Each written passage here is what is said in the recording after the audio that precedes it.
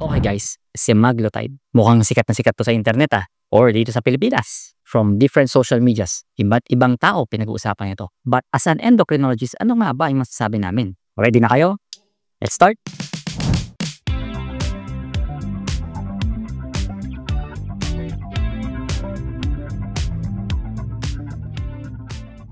Good day again guys, this is Dr. Ivan Kunal, your internist and your endocrinologist. Here in this page and in this channel, we try to educate people regarding diabetes, thyroid, and other hormonal diseases. If you're new here guys, welcome po. If you've been here before, thank you again for always supporting. O game, pag-usapan na po natin, semaglutide. Pwede ko bang sabihin yung brand name yan? Sa tingin ko, yes naman, Ozempic po. Ito yung sikat na sikat ngayong mga gamot or injectable na nagpapapayat sa ating mga kasama, hindi lang Pilipino, but sa buong mundo. Ano nga ba tong gamot na to?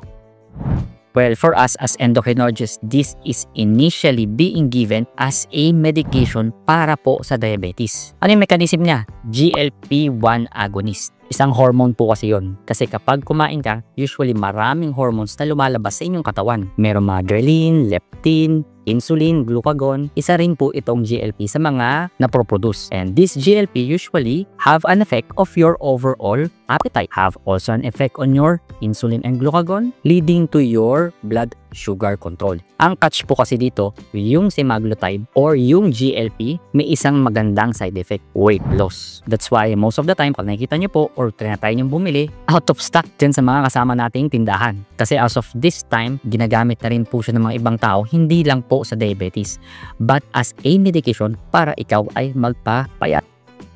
So, Doc, para lang po ba to sa mga diabetic? Dati oo. Initially kasi binibigay po namin to para sa mga diabetic.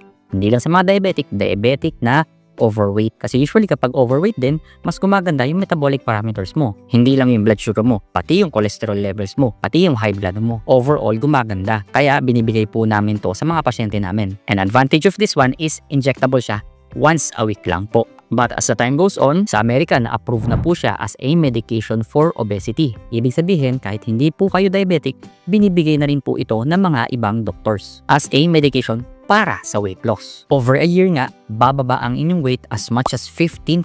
Kaya nga gustong-gusto ito ng mga kasama natin para mas mapabilis at mas madali na pagpapayat. But here po in the Philippines, FDA approved po siya as a use of your diabetes management. At hindi lang yun, may mga additional advantages din po kasi with regards to this medication. It decreases your worsening of your kidney function dun sa mga may CKD nating pasyente, lalo na sa ating mga diabetes. Uso ang mga nadadialysis. Dine-delay nito yung paglala ng inyong kidney function. And of course, isa pa, sa heart naman po, nababawasan yung chance na sila ay na-hospital or sila ay nagkakaproblema due to heart disease. So in short, kumbaga, hindi lang diabetes, hindi lang weight loss, may kidney and cardiovascular benefit po itong mga to. But in general po, as an FDA approved, semaglutide is usually given as a diabetes medication.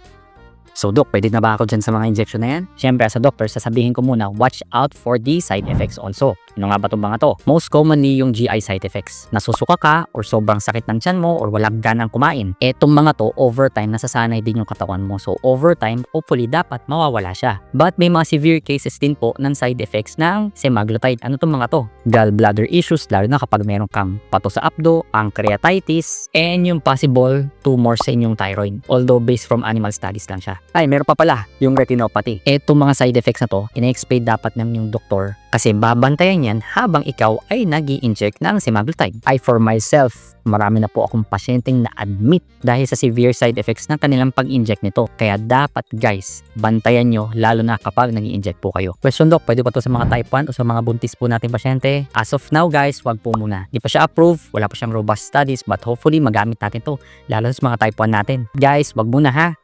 So kapag buo na yung loob mo na mag-i-inject ka with regards to this medication, ano yung kailangan mong monitor? Siyempre again, yung blood sugars mo. Kasi kung diabetic ka, kailangan nating bantayan kung gumaganda nga ba ang inyong blood sugars. Kailangan bang magdagdag ng mga gamot or kailangan bang magbawas ng gamot? Renal function, although nakakatulong nga to sa inyong kidneys, sa mga elderly nating pasyente, kailangan bantayan din. Pancreatic enzymes, katulad nga sabi ko kanina, pancreatitis. Ito yung usually rason kung ba't na-admit yung mga pasyente. Kailangan i-check po ito, lalo na kapag sumasakit ang inyong tiyan or persistently sumasakit ang inyong tiyan dahil sa pag-inject ng gamot. Weight trends para malaman ba kung talaga bang effective sa inyo to. And of course, hindi lang dapat ikaw nag-i-inject but inaayos mo rin inyong lifestyle, diet, and exercise. Kasi doon pumapasok ang importanteng sinasabi namin sa mga pasyente, weight regain. Kung ikaw ay diabetic, bakit hindi? Inject mo lang ng inject yan kasi gamot yan para sa diabetes mo.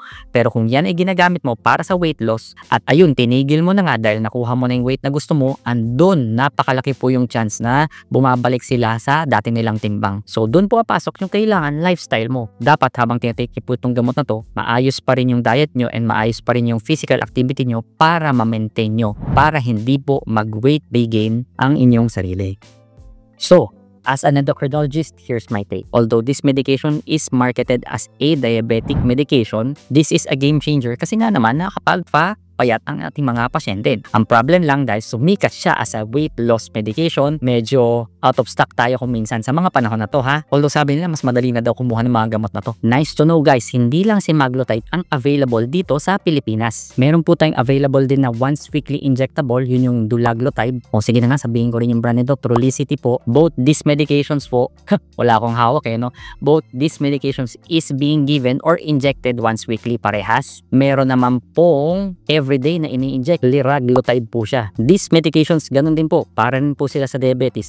But liraglutide currently FDA approved for weight loss po. Although disadvantage, once a day siya ini-inject. And dun sa mga nagtatanong, may bago po tayong medication for that na nakakatulong din sa weight natin. Yun yung tirzepatide or yung Mounjaro. Currently sa Pilipinas, hindi pa po ito available. So abangan nyo na lang kapag meron tayong next video regarding that. But in general guys, as of this time, tatlo yung available dito sa Pilipinas. Papasok na yung pang-apat with regards to your weight loss injectable therapy. And last but not the least guys, as of this time, wala pong generic na mga gamot ang semaglutide. So ibig sabihin, me as an endocrinologist, usually suggest lang po yung mga medication na available po dito. Kaya ang available lang po yung mga pen type, wala pa yung mga vial. So kung meron po kayong vial dyan or ini-inject via the syringilla, please ask your doctor or ask your healthcare practitioner kung yan yung legit na gamot or hindi. Medyo mahirap na kasi guys kapag nagkaroon kayo ng side effects. So please use lang yung mga approved and safe nating mga gamot. I think that's it. Okay guys, semaglutide is a powerful medication both sa diabetes and ngayon masikat na siya for weight loss medication. This is not a shortcut for your weight loss but always ask your doctor and together with physical activity and diet para ma-maintain mo ang inyong timbang. And of course, if you have any questions and concerns with regards to this topic, please comment lang sa baba. Try nating sagutan yan. And of course guys, if you find this video helpful, please like, share, and subscribe para mas marami po tayo matulungan. Ayun, this has been Dr. Ivan Cudal, your internist and your endocrinologist, signing out.